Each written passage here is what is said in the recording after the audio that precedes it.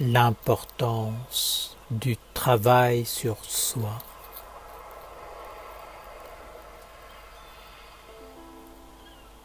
Que ce soit par une inspiration intérieure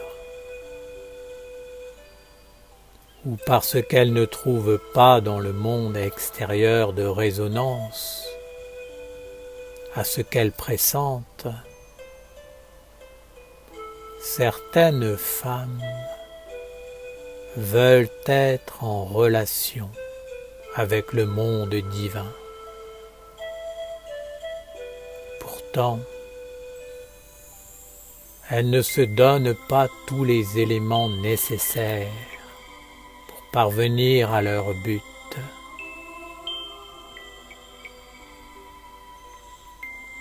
La principale faiblesse de la femme qui veut approcher le divin est de ne pas se connaître elle-même. Elle se cherche d'une façon souvent inconsciente, mais elle laisse d'autres êtres diriger sa vie. C'est une erreur qui la conduit le plus souvent à sa perte.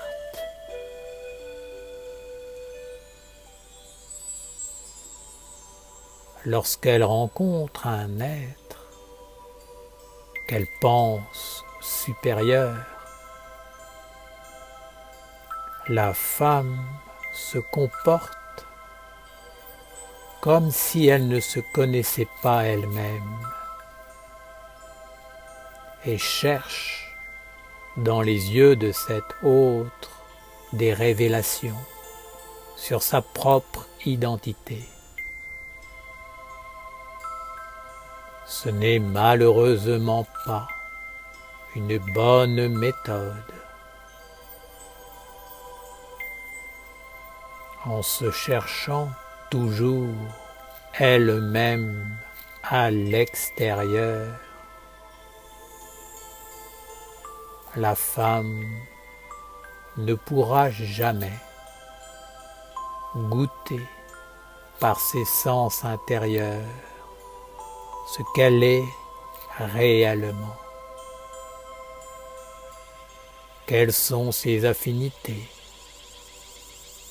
ses alliances, son état d'être réel et le sens de sa vie.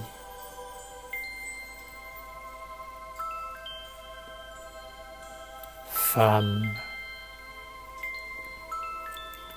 toi qui vas vers Dieu pour te connaître toi-même, sache que celle qui n'est pas encore sûre d'elle doit se conformer aux règles, aux lois, aux principes qui ont été donnés par les sages, les guides et les maîtres.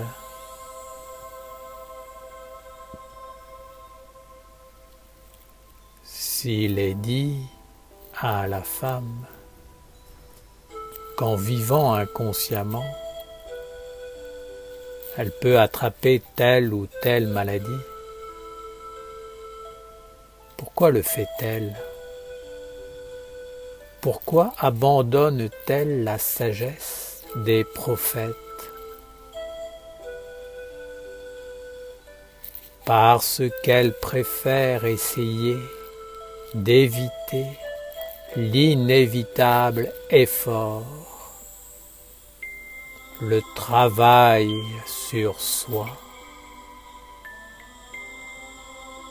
Met en pratique les commandements des prophètes, des maîtres, des êtres qui savent. Ils te permettront d'acquérir des sens internes subtils que tu n'avais pas jusque-là. Alors, tu auras les moyens de percevoir par toi-même que tu es dans la vérité.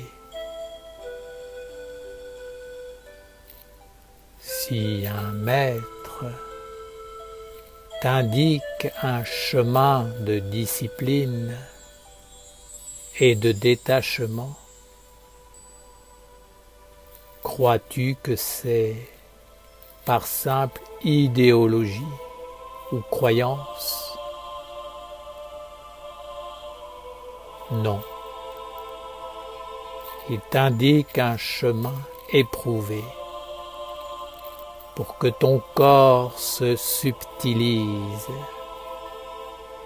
devienne plus réceptif, plus fin. Ainsi, tu peux écouter, entendre et goûter un autre langage, celui de ton âme. Si la femme ne met pas en pratique cette discipline, cet art de vivre, non seulement elle ne se connaîtra jamais elle-même, mais en plus, elle restera une étrangère pour le monde divin. Seule celle qui se connaît elle-même peut s'approcher du monde divin. Alors commence ton chemin. Entre dans l'enseignement par la pratique de la discipline, en faisant des efforts sur toi. Ne pense pas que si tu es dans une école des mystères, entouré d'êtres qui travaillent dans la lumière, cela te dispense de la discipline. Au contraire, reste dans l'énergie et le rythme du travail sur soi, dans l'expérimentation. Tu vivras par toi-même et non par l'intermédiaire des autres ce que le monde divin veut te dire. Tu cesseras d'écouter ce que le monde divin a dit à d'autres et tu entreras dans la mise en pratique de ce qu'il attend de toi et de ta vie. Sache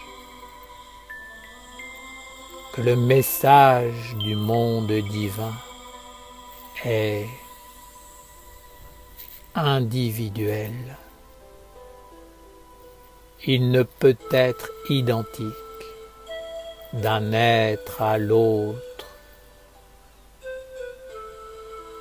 Sois dans la complicité, dans la relation intime avec le monde divin.